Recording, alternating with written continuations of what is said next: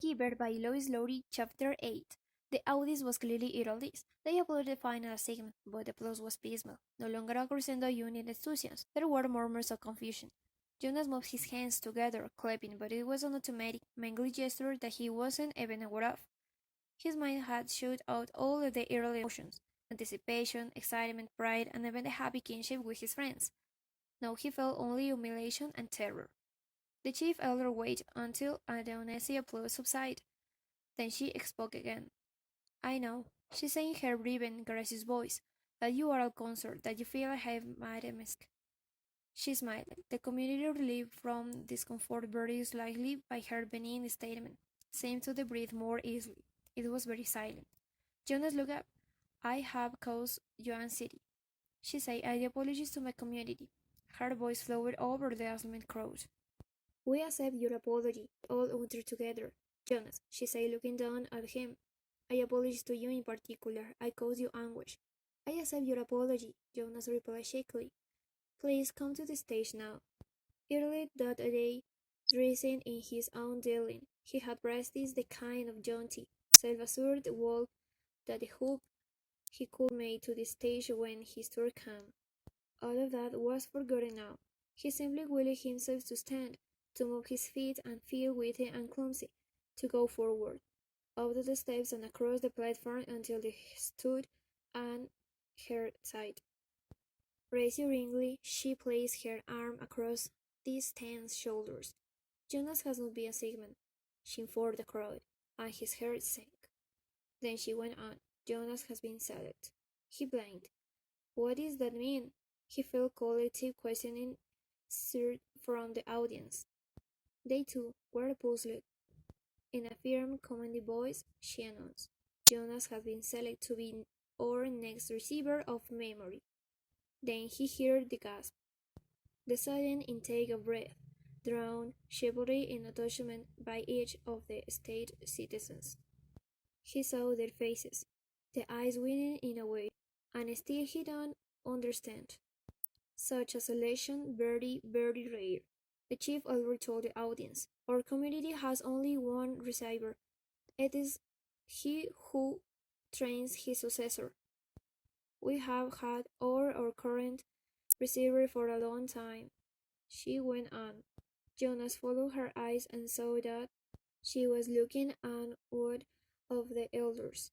The committee of elders was sitting together in a group, and the chief elder's eyes were now on one of sat in the midst but seemed oddly separate from them. It was a man Jonas had never noticed before, a bright man with pale eyes. He was watching Jonas intently. "We failed in our last selection," the chief elder said suddenly. "It was very 10 years ago. Then Jonas was just a toddler. I will not dwell on the experience because it caused us all terrible discomfort." Jonas didn't know what she was referring to, but he could sense the discomfort of the audience. They shifted uneasily on their seats. "We have not been hasty this time," she continued. "We could not afford another failure. Sometimes," she went on, speaking now in a lighter tone, relaxing the tension in the auditorium, "we are not entirely certain about the assignments, even after the most peculiar of their observations. Sometimes we worry that the one assignment might not develop through training every attribute necessary. Elephants are still children, after all. What we observe as playfulness and patience, the requirements to become nurtured, could with memory be relieved as simply foolishness and indolence. So, we continue to observe during training, and to modify behavior then necessary. But the receiver in training cannot be observed, cannot be modified. That is stated quite clearly in the rules.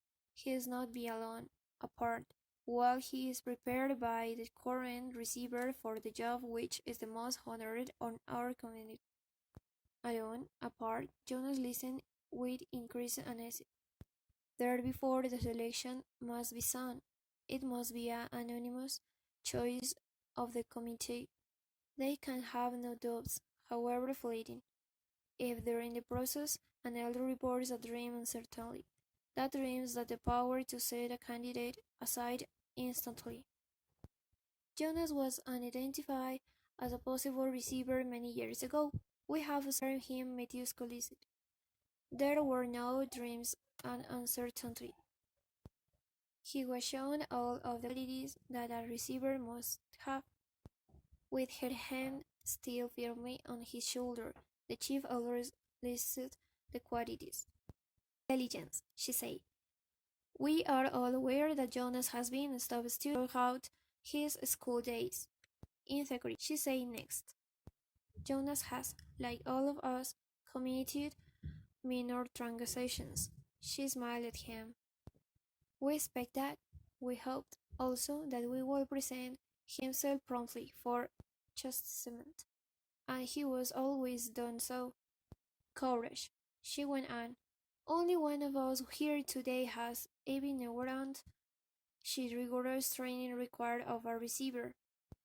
He, of course, is the most important member of the committee, the current receiver. It was he who reminded us again and again and the courage required. Jonas, she said, turning to him, but speaking in a voice that the entire community could hear. The training required of all involves pain, physical pain. He felt fear filled within him. You have never experienced that. Yes, you have scraped your knees in falls from your bicycle. Yes, you crushed your finger in a door last year. Jonas nodded, agreeing, and he recalled the incident and its accompanying misery. But you will be faced now. She's playing gauntlet, with pain of a magnitude that no one of us here can comprehend because it is beyond our experience. The receiver himself will not be able to describe it, only to remind us that you will be faced with him, that you will need intense courage. We cannot prepare for that, but we feel certain that you are brave, she said to him. We didn't feel brave at all. No, now. The fourth essential attribute, the child elder said, is wisdom. Jonas has not yet acquired that. The acquisitions of wisdom will come through his training. We are convinced that Jonas has the ability to acquire wisdom. That is what he looked up for. Finally, the receiver must have one more quality, and it is one which I can only name, but not describe. I do not understand it. You members of the community will not understand it either. Perhaps Jonas will, because the current receiver has told us that Jonas already has this quality. He calls it the capacity to see beyond. The chief elder looked at Jonas with a question in her eyes. The audience watched him, too. They were silent. For a moment he froze, consumed with despair. He didn't have it. The whatever she had said. He didn't know what this was. Now was the moment when he would have to confess, to say, "No, I don't, I can't," to throw himself on their misery, ask their forgiveness, to explain that he had been wrongly chosen, that he was not the right one alone.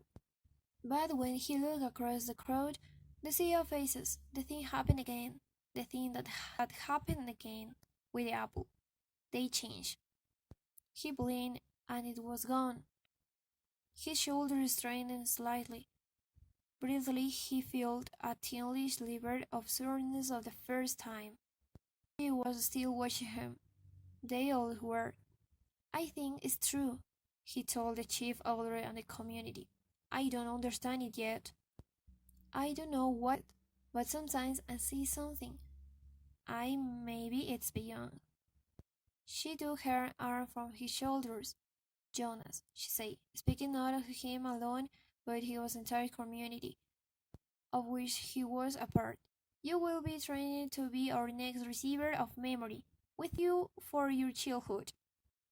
Then she turned and left the stage, leaving him here alone.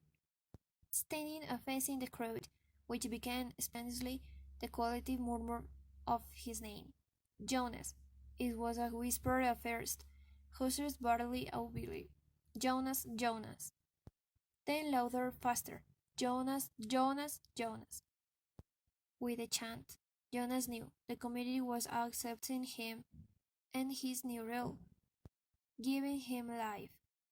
The way they have given it to the new child Caleb, his heart slithered with gratitude and pride.